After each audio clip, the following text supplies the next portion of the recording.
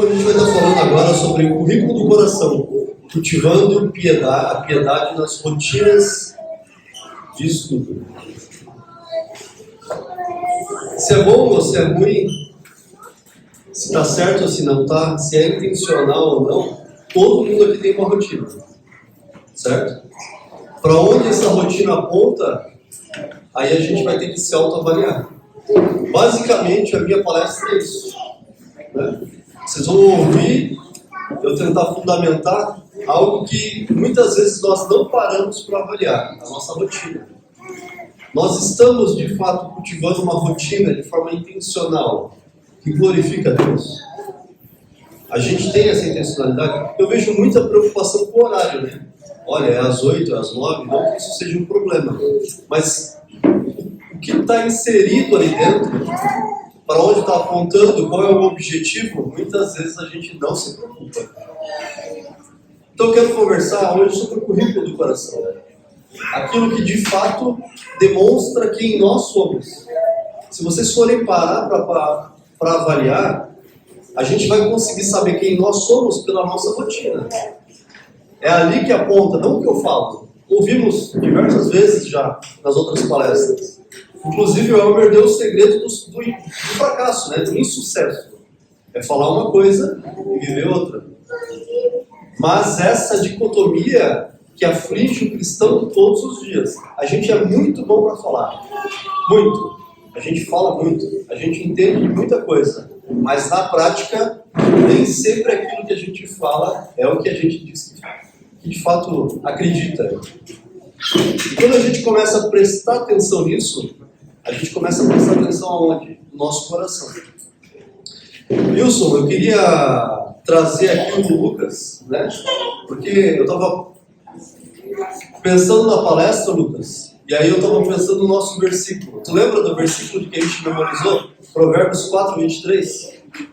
Sobre tudo que se deve guardar. Sobre tudo que se deve guardar, guarda o teu coração, porque dele procedem as fontes da vida. Muitas vezes a gente tem a tendência a esquecer isso, até porque a gente não é ensinado a pensar dessa forma. Mas é aí que mora o nosso maior inimigo. É essa rotina que vivemos, que nos acusa toda noite. A gente tem também em Provérbios: habitar pela fé nos corações, estando nós arraigados e fundados em amor.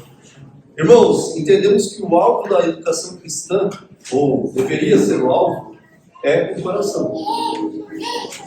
Aos que são educadores aqui, imagino que todos são de alguma forma ou de outra, a gente sempre tem a tendência a querer educar a mente. Eu vou ensinar o quê? Vou fazer conta, vou ensinar a ler, vou ensinar alguma matéria. Inclusive as pessoas que já têm os filhos fora de casa estão sim ensinando alguém alguma coisa. Se estão na igreja, estão ensinando, nem que seja pelos hábitos. E aí a gente começa a ter que avaliar. O bom lugar, meus irmãos, todos nós temos uma rotina, se ela é boa ou se ela é ruim, se ela aponta para Cristo, se ela não aponta para Cristo, se ela é intencional ou não.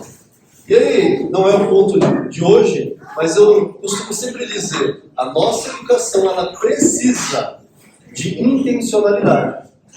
Um professor, quando ele entra em sala de aula, ele tem que saber o que ele quer. Ele não pode ir lá simplesmente, hoje eu vou ver o que vai dar. Ele precisa de intencionalidade. O papai e a mamãe em casa, eles precisam de intencionalidade. Não é assim, eu vou ver o que vai dar. O ponto é o que eu quero de fato ensinar, o que eu quero transmitir. Essa intencionalidade, ela precisa estar permeando a nossa rotina. Irmãos, na tradição reformada, a gente sempre entendeu que a verdadeira educação, ela começa no coração. James Smith, até depois eu quero indicar alguns livros para vocês que basearam no que eu estou falando aqui. E nesse caso, esse livro aqui, Desejando o Reino, de James Smith, Ele diz o seguinte: somos antes de tudo criaturas que amam. Não somos apenas cérebros que pensam, somos corações que desejam. Isso significa que toda educação, e repito, toda educação, intencional ou não, molda nossos amores. Smith diz que o ser humano é moldado muito mais por práticas habituais. E o que são práticas habituais, meus irmãos? Rotina, aquilo que a gente faz todo dia, do que por ideias abstratas. É isso que nos define. Alguns aqui podem lembrar de uma aula que eu dei em EBD, quando nós estávamos falando de cosmovisão. A gente tem uma cosmovisão, a gente fala sobre essa cosmovisão. Mas quando a gente vai viver, a gente vive diferente daquilo que a gente falou. E aí ele vai dizer, práticas habituais moldam mais o ser humano do que ideias abstratas. Ele vai dizer, ele escreve, né? Você é aquilo que você ama. Vocês já pararam para pensar o que de fato vocês amam? Os amores, portanto, não se desenvolvem apenas por discursos, mas por hábitos. E eu arrisco dizer que os hábitos que de fato a gente não presta atenção é o que realmente nos define. Esses hábitos, rotinas, práticas, isso que nós fazemos todos os dias.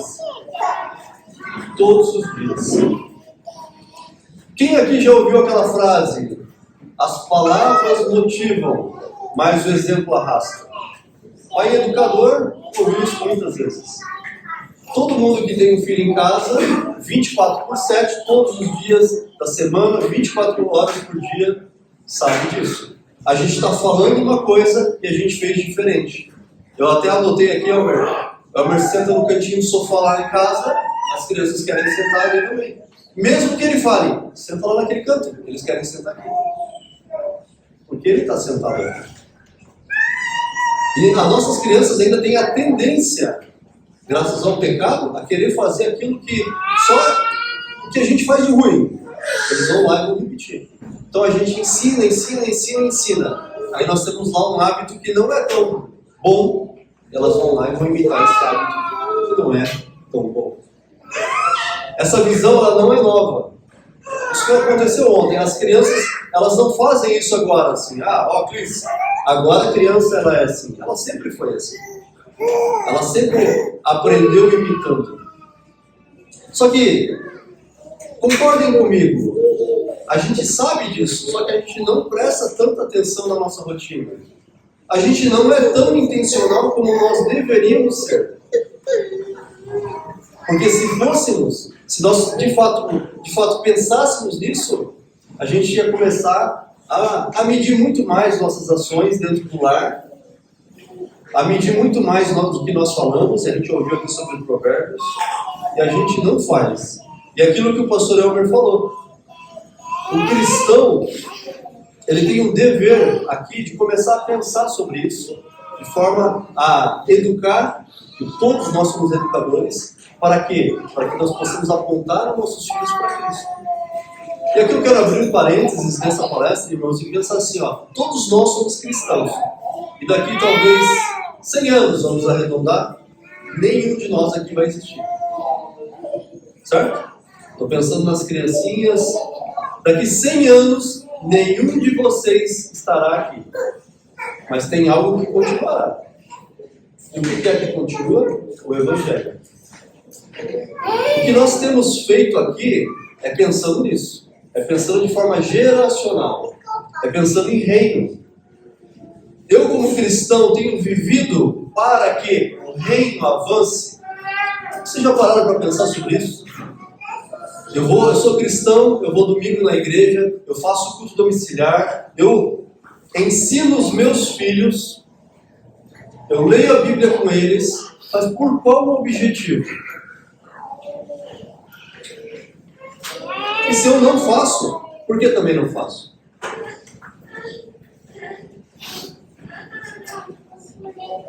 Como eu disse, essa visão de que as crianças nos imitam não é nova. Agostinho, em suas Confissões, disse: fizeste-nos para ti, e inquieto está o nosso coração, enquanto não repousa em ti. Em ti quem? Em Cristo. Agostinho entende que o problema fundamental da humanidade é um problema do amor desordenado. Quem já leu o livro, estava até comentando com o Elmer, infelizmente não foi traduzido pela Trinitas, né, João? A tradição das artes liberais lembra que lá no começo desse livro, e esse livro aqui é um livro que eu amo de fato, na minha opinião, o livro que mais representa a educação clássica nesse país é esse livro aqui, tá? Salvo se a gente não sabe, não, mas esse aqui é uma referência. Se a gente começar a medir comunidade de educação clássica por esse livro, vocês vão ver que muitas delas não são clássicas. Ele pega e faz a definição do ordo amores. O que é o ordo amores de Agostinho? É a ordenação dos nossos amores. E aí a gente pode fazer aqui um teste prático. Todo mundo pega a folhinha que recebeu e começa a ordenar a sua rotina e aquilo que é prioridade. Certo? E aí a gente vai começar a avaliar o que é prioridade para a minha vida. Eu estou ordenando os meus amores. Essa semana a gente estava aqui na igreja fazendo algumas atividades, daí tem um irmão que falou assim: olha, eu não sei se eu vou conseguir ir hoje porque eu tenho um compromisso em casa, nosso irmão André. E aí eu falei: o que é? O culto domiciliar. Eu falei ontem e hoje eu não quero falhar. Então a prioridade dele era o culto domiciliar, não era vir aqui na igreja limpar, ajudar. É a ordenação dos amores. O que é uma prioridade para nós? A gente muitas vezes não tem a prioridade de ler a Bíblia com os nossos filhos. Mas a gente tem o tempo para estar na rede social. A gente tem o tempo para estar no Instagram. A gente tem o tempo para ir fazer qualquer outra coisa. Mas a gente não tem o tempo para fazer aquilo que a gente diz que acredita. Vocês já pararam para pensar sobre isso? O currículo do coração, ele parte desse princípio. Se essa intencionalidade não estiver viva na nossa mente, a gente deixa passar e deixa a vida me levar, a vida leva eu. Não é assim? Porque a rotina vai nos consumir. Quer um exemplo mais prático do que isso? Quem trabalha em empresa vive a rotina determinada por alguém. Não é assim na escola? Não é alguém que determinou qual é o horário da aula? Que horas entra, que horas sai? Vocês não têm autonomia nenhuma. E dentro do lar, como que funciona?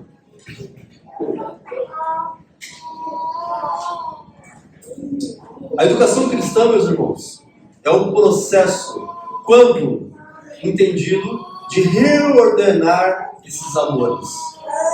Lembrem, se nós daqui 100 anos não estaremos mais aqui, o que é prioridade e o que fará com que o reino continue avançando? Vocês já pararam para fazer essa reflexão? Eu faço isso todo dia.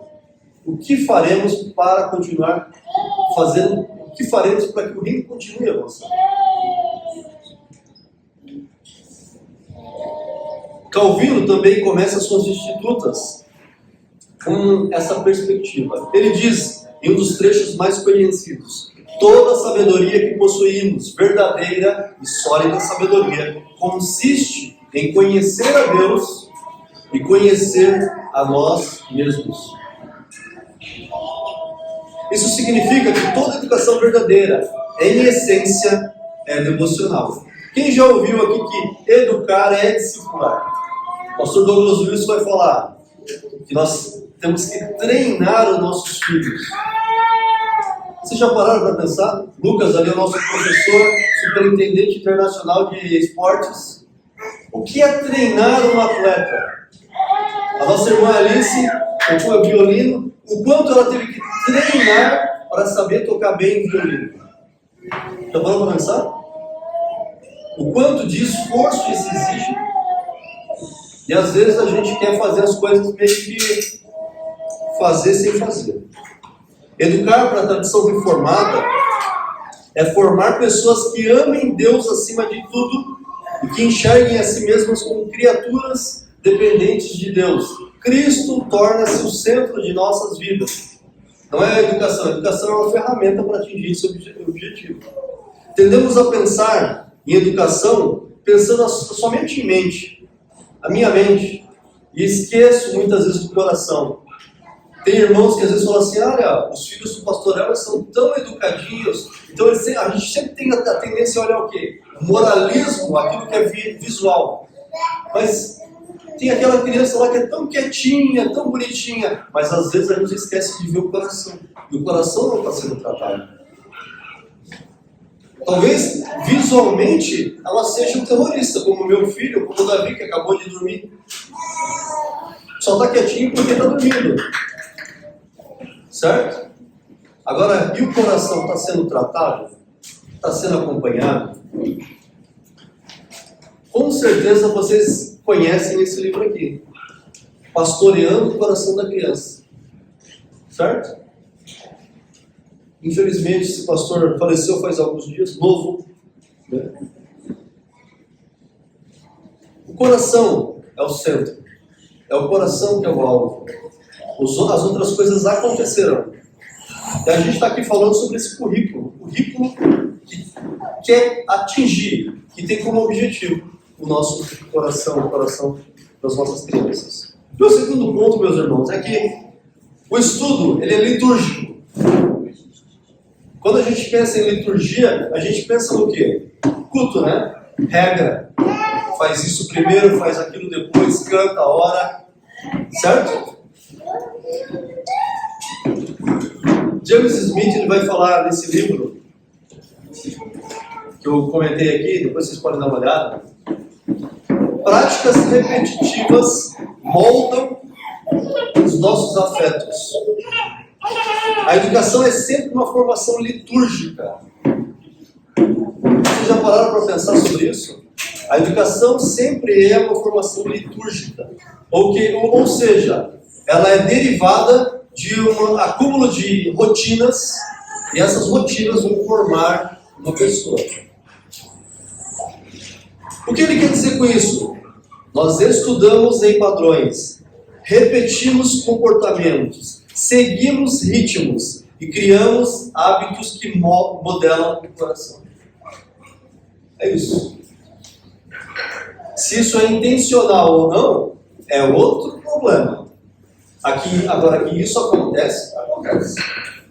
É só quem tem criança pequena olhar para a criança e ver como estão esses hábitos. Isso significa que as rotinas diárias do lar e da escola, no caso das escolas cristãs, são liturgias que moldam o amor, a imaginação e as crenças das crianças. Além disso, a tradição reformada sempre entendeu que estudo e trabalho são meios para glorificar a Deus. Quem aqui já ouviu aquela frase? Não há um único centímetro quadrado em toda a existência humana sobre o qual Cristo, que é soberano sobre tudo, não clame é meu. Quem falou essa frase? Kuyper. Tudo faz parte do senhorio de Cristo. Tudo. Como reformados, a gente entende que isso é uma verdade absoluta. Não existe dicotomia. Aqui na igreja eu faço assim, ali no trabalho eu faço assado, lá na escola eu faço... Não existe essa dicotomia. Eu sou cristão a serviço do reino. Isso significa que estudar matemática é de Cristo, ler história é de Cristo, fazer uma redação é de Cristo, memorizar uma poesia é para Cristo. Estudar, meus irmãos, é um ato de adoração. Vocês já pararam para pensar? Independente de qual é a matéria. Quando o lar e a escola compreendem isso, o ambiente educacional deixa de ser um espaço de mera transmissão de informação e se torna um local de discipulado constante.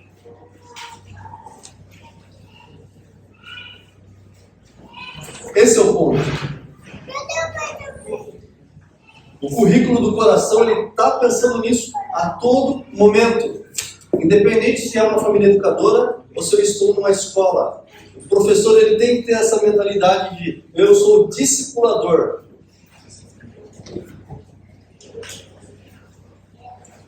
O terceiro ponto aqui, meus irmãos, é o quê?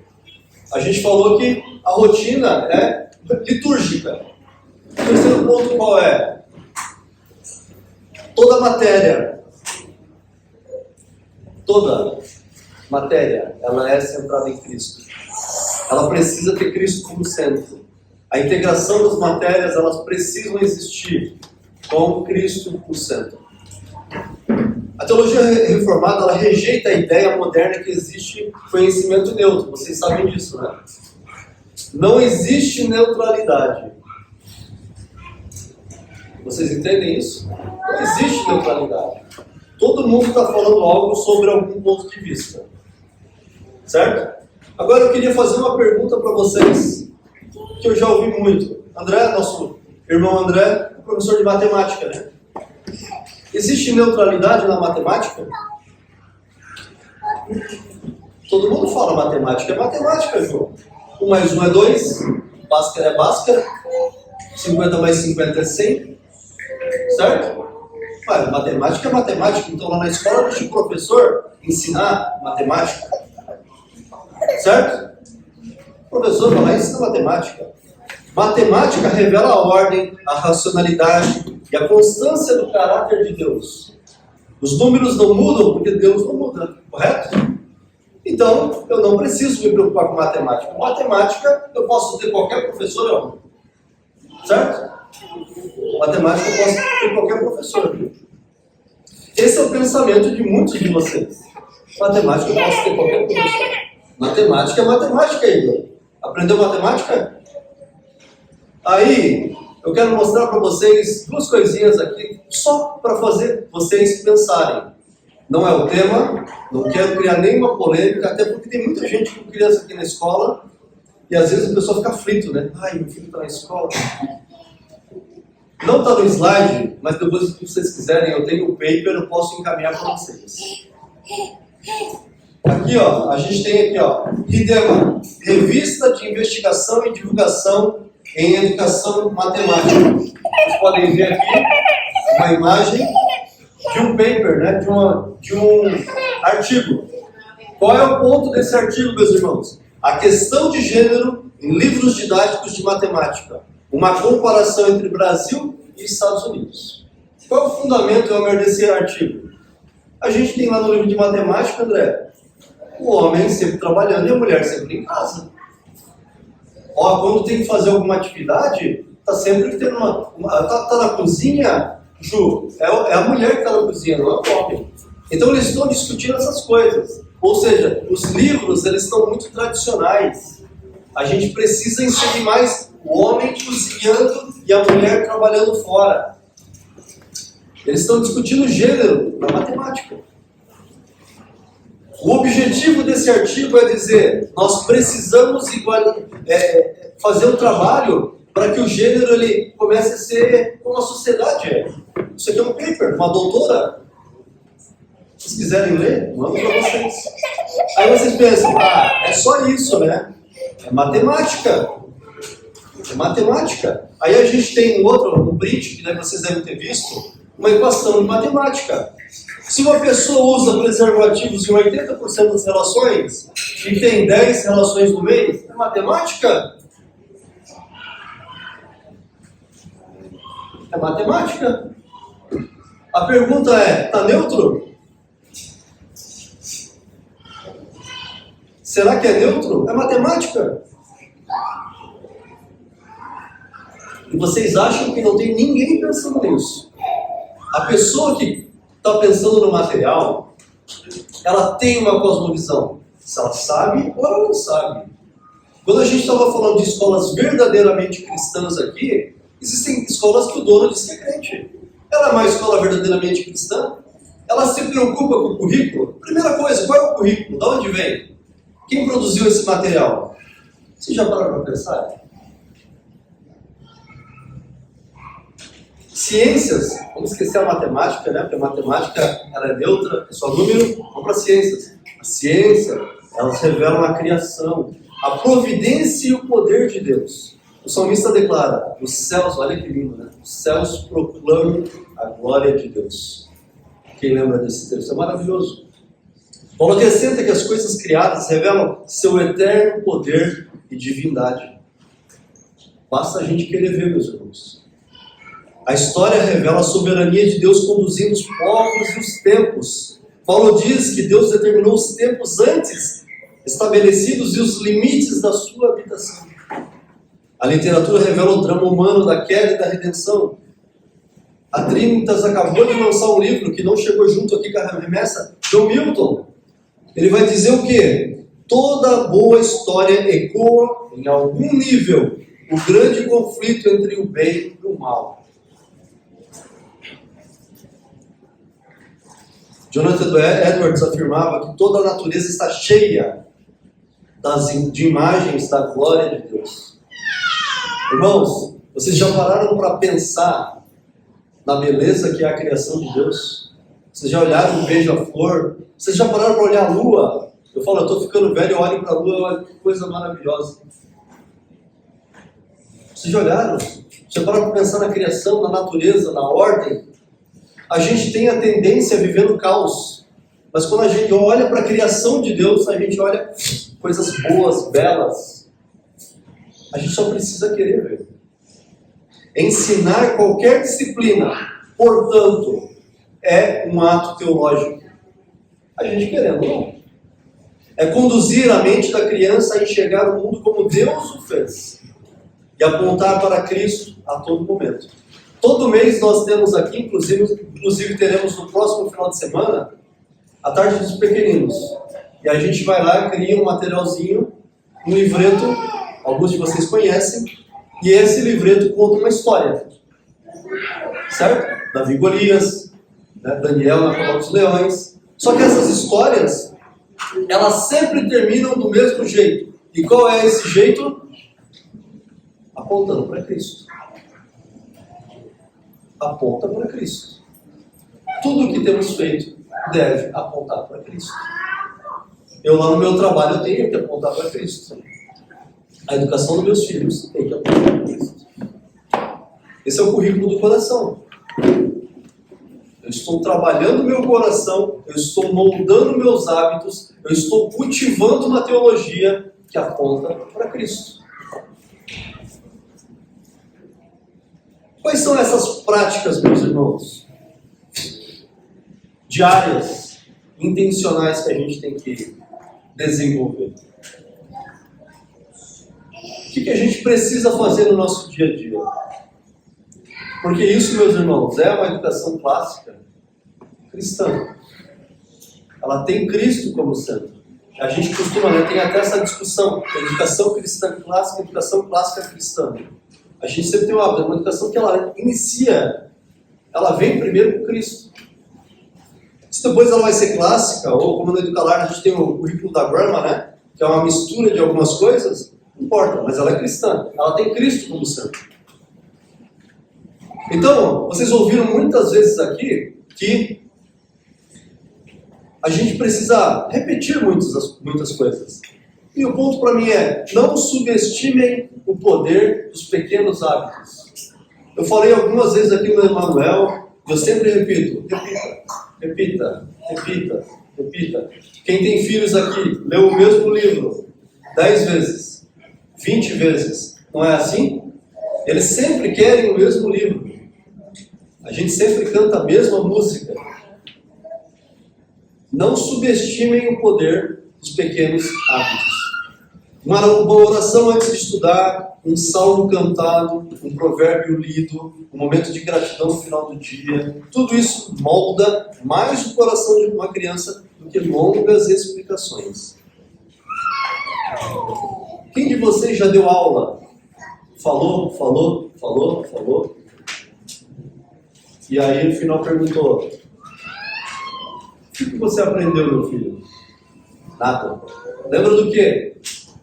Nada. Mas se vocês têm o hábito de orar, de cantar, de fazer um devocional, de memorizar, provavelmente eles vão lembrar disso. Provavelmente. Falou assim, não lembro o que a gente estudou, mas eu lembro que teve devocional. Eu não lembro que orou, mas foi orado. Não subestimem esses hábitos. Algumas sugestões que eu dou para vocês de pequenas liturgias, rotinas do lar, que a gente deveria começar a pensar. Oração matinal, leitura devocional curta, memorização de versículos, cânticos bíblicos, momentos de silêncio, perguntas reflexivas. Por que eu sou grato hoje? Quem eu posso servir amanhã? Coisa simples, né? A gente não tem nenhum aqui, salvo o nosso soldado Davi que está dormindo. O Emanuel, senão eu ia trazer eles aqui para vocês verem. Pequenos hábitos. Memorização. Toda semana a gente está memorizando o texto. Aí como funciona? Texto da semana. 1 Coríntios 10, 31. Quer comais, quer bebais, quer façais qualquer coisa, façais tudo para a glória de Deus. A professora foi lá e falou o texto de segunda-feira. Certo? E ela vai repetir esse texto com a criança bastante. Terça-feira tem jiu-jitsu. Aí o professor de jiu-jitsu falou o seguinte: crianças, qual é o texto da semana? Quer comais, quer bebais, quer façais qualquer coisa, façais tudo para a glória de Deus. Então tá bom. Quarta-feira tem atividade física com o nosso professor Lucas. Ele está lá fazendo atividade. Crianças, qual é o texto da semana? Quer comais, quer bebais, quer façais qualquer coisa, façais tudo para a glória de Deus. Quinta-feira tem aula. E durante a semana inteira eles fazem isso. Com texto bíblico, com poesia, com história, a semana toda. E os professores vão chamando. Sexta-feira tem aula de música. Qual é o texto bíblico? Esse. O que acontece com essas crianças? Em um mês elas têm 4 textos memorizados da Bíblia. Em 2 meses, 8 textos memorizados. E nós fazemos um processo de memorização escalonada, onde repete da semana passada, vai puxando. Daqui a pouco essas crianças têm mais Bíblia do que muitos de nós.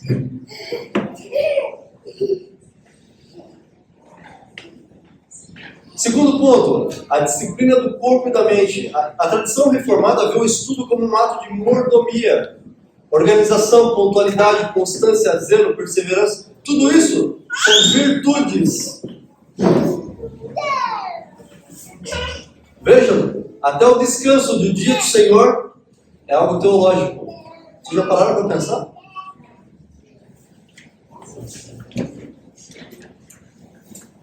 O nosso Ordo Amores reflete até nisso.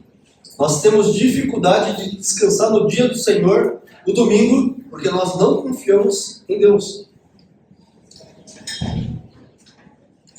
A gente tem que entender que nós descansamos não somente porque somos indisciplinados, mas porque confiamos em Deus. Terceiro exemplo. O exemplo de pais e educadores. Richard Baxter, em seu livro Pastor Reformado, nós lemos esse livro aqui, os cristãos aprendem muito mais pelo exemplo dos pastores do que por suas palavras. Nós temos pastores aqui, né? Aí o pastor vem aqui e fala assim: irmãos, tratem a esposa de vocês com carinho. Né, Felipe? Carinho, cuidem delas, levem para jantar, certo? Elas estão cansadas. Aí ele sai do púlpito e vai lá, trata a esposa de qualquer jeito, briga com ela, faz, e os irmãos olham e falam: o que está acontecendo? Tem uma dicotomia aqui.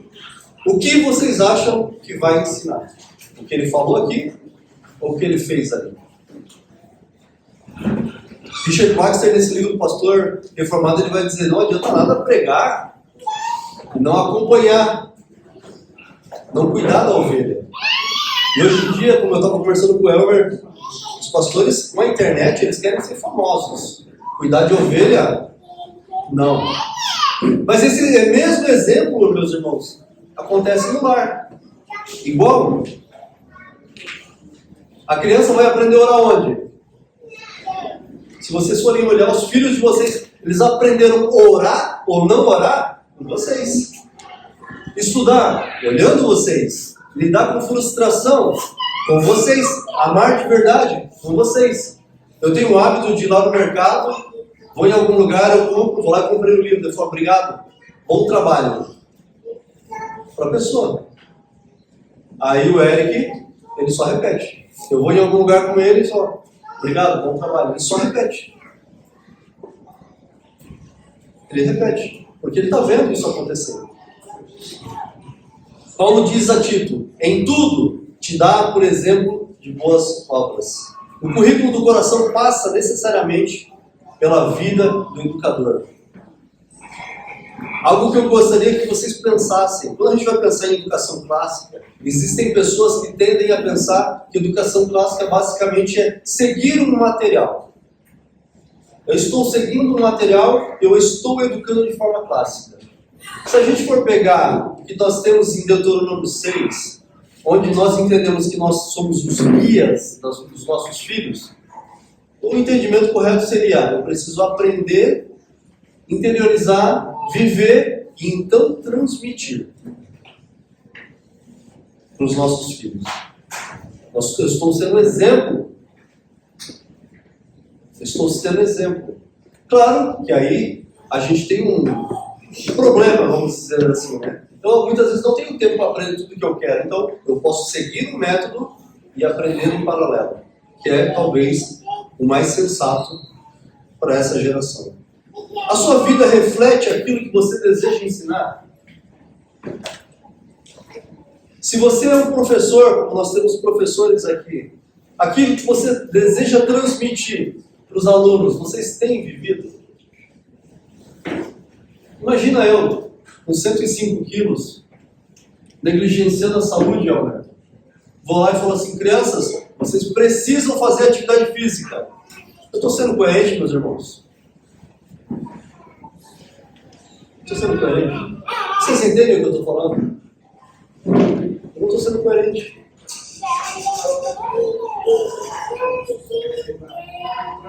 É como a criança que Deus tem dado a vocês, tem visto o que vocês têm feito. O currículo do coração é isso. Eu tenho tentado tomar o cuidado para viver de fato aquilo que eu estou pregando. E aí a palavra-chave, meus irmãos, para tudo isso é o quê? Intencionalidade. Vocês não vão acordar assim: eu estou com vontade de hoje decorar um versículo, memorizar um versículo. Isso não vai acontecer.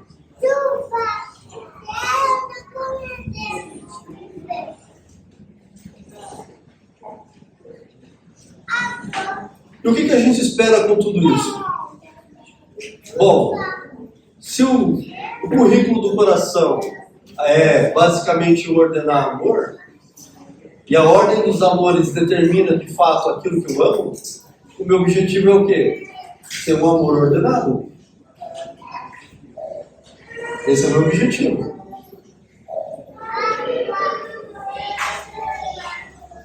Jonathan Edwards responde isso com clareza quando escreve em Aflições Religiosas. Imagino que alguns de vocês aqui conheçam. A verdadeira religião consiste, em grande parte, nas santas afeições. O objetivo da educação cristã é formar afeições santas, corações que amam aquilo que Deus ama. Como cristãos, meus irmãos, a gente não pode: olha, estou querendo formar meu filho aqui para ir para o ITA. Não que isso não possa acontecer, mas não é o objetivo. Pode ser uma consequência de um bom trabalho, mas não é o objetivo. Isso significa que as crianças, elas encontram alegria na obediência. Elas buscam a sabedoria. O método que Educalar montou de educação, ele é baseado em provérbios onde a gente conhece a palavra de Deus, entende a palavra de Deus e aplica, corre atrás da sabedoria. Como que eu faço isso, meus irmãos? Conhecendo. As crianças demonstram humildade, elas servem ao próximo, elas temem a Deus, elas glorificam Deus por tudo. O currículo do coração não é um quadro na parede. Segue aqui, Não é um documento, não é algo qualquer. Ele é formado na constância, na repetição, na devoção, no amor. Eu lido com muita família educadora. E aí sempre querem inventar um monte de coisa. Querem ter um monte de material. Mas às vezes não conseguem fazer o básico. E o básico é o que funciona. É o básico que vai educar. É o básico que vai fazer com que vocês continuem fazendo o que vocês precisam fazer quando estão doentes, por exemplo. Imagina eu com um monte de coisa e aí adoeci. Eu estava com medo de dar essa palestra. 2 semanas atrás, a Lara ficou uma semana internada, como alguns de vocês sabem. E todas as vezes que ela fica internada, a minha imunidade cai. Tava tossindo igual um cachorro, né? Vocês viram aí, né? Aí ontem comi pimenta 2 vezes, que eu tenho alergia. Aí, tossia pra ele. Aí já era. Graças a Deus aqui eu andei uma vez ainda, né? Comi um xarope antes, vim aqui. Falando. Mas é a repetição, com a intencionalidade, que vai fazer a diferença. E muitas vezes a educação clássica que nós precisamos é isso. É isso. Livro, intencionalidade e repetição.